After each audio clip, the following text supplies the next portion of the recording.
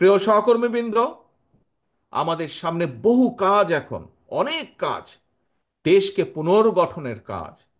নিশ্চয়ই আপনারা এর মধ্যে পত্র পত্রিকা, রেডিও, টেলিভিশনে শুনেছেন, দেখেছেন কি বাংলাদেশ জাতীয়তাবাদী দলের পক্ষ থেকে আমরা দেশের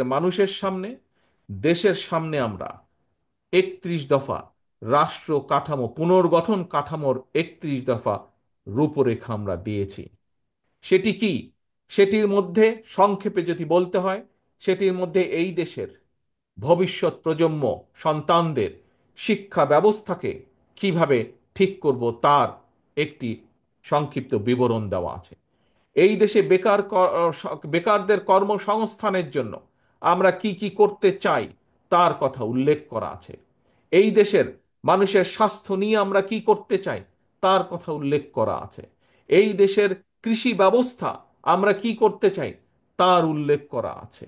এই দেশের শিল্পের ব্যবস্থা আমরা কি করতে চাই আগামী দিনে তার কথা উল্লেখ করা আছে। প্রিয় সহকর্মীবৃন্দ, অর্থাৎ সমগ্র দেশকে পুনর্গঠন করার জন্য কি কি করতে চায় বিএনপি, সমগ্র দেশের মানুষকে বিভিন্ন সমস্যা থেকে পর্যায়ক্রমিকভাবে বের করে আনার জন্য বাংলাদেশ জাতীয়তাবাদী দল, আপনাদের দল কি করতে চায় দেশের জন্য সেই কথাগুলো বলা আছে।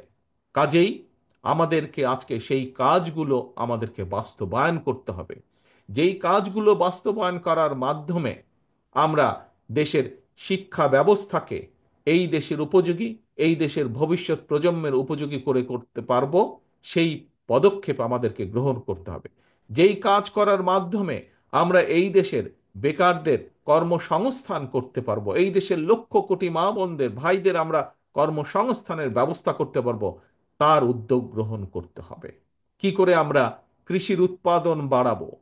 যে কৃষির উৎপাদন বাড়ানোর মাধ্যমে একদিকে যেমন আমরা কৃষকের হাতে তার দ্রব্যের ন্যায্য মূল্য পৌঁছে দিতে চাই, একইভাবে আমরা বাজারে যে জিনিসপত্রের দামের লাগামহীন গতি, সেই গতিকে আমরা টেনে ধরতে চাই।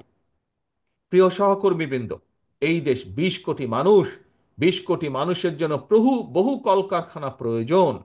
20 কোটি মানুষ, অন্তত 20 কোটি মানুষ, এই 20 কোটি মানুষের চাষাবাদের জন্য পানির প্রয়োজন, তার জন্য খাল খনন করতে হবে। আপনারা দেখেছেন কিভাবে এই জেলারই বিভিন্ন নদ নদী, খালগুলো কিভাবে, খাল বিলগুলো কিভাবে ভরাট হয়ে গিয়েছে।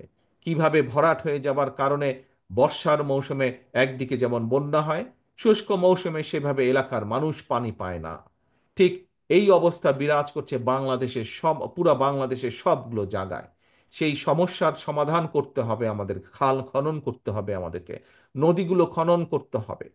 এরকম আরো বহু কাজ আছে, বহু কাজ আছে আমাদের দেশকে পুনর্গঠন করার জন্য। আজকে যদি আমরা শুধুমাত্র নিজেদের স্বার্থ রক্ষার জন্য, নিজেদের স্বার্থ চিন্তা করার জন্য যদি আমরা শুধু তর্কে লিপ্ত থাকি আজ, তাহলে দেশ ধ্বংসের কিনারায় পৌঁছে গিয়েছে। সেই কিনারা থেকে দেশ পড়ে যাবে, সেই দেশকে আর উঠানো সম্ভব হবে না।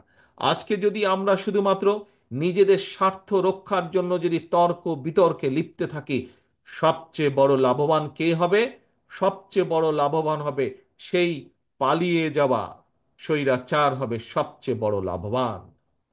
প্রিয় সহকর্মীবৃন্দ, থাকতেই পারে প্রতিবার যেই কথাটি আমি আপনাদের সামনে বলেছি, অন্য অন্য জায়গায় আমি বলেছি, হ্যাঁ, বিভিন্ন মতামত থাকতেই পারে বিভিন্ন বিষয়ে, সেটি রাজনীতির বিষয় হোক, আগামী দিনে সংসদ কিভাবে পরিচালিত হবে সেই বিষয় হোক, আগামী দিনে সংসদের মেয়াদ কত হবে সেই বিষয়ই হোক, যে বিষয় হোক না কেন, কোন সরকারের মেয়াদ কত হবে, সংসদের মেয়াদ কত হবে, একজন মানুষ কতবার প্রধানমন্ত্রী হতে পারবে, এরকম বিভিন্ন বিষয় থাকতেই পারে। কিন্তু সেই বিষয়গুলো আমরা আলোচনার মাধ্যমে সমাধান করতে সক্ষম।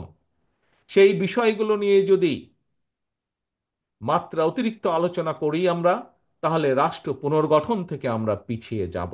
এবং রাষ্ট্র পুনর্গঠন থেকে যদি আমরা পিছিয়ে যাই, তাহলে এই দেশ এবং দেশের মানুষ ক্ষতিগ্রস্ত হবে।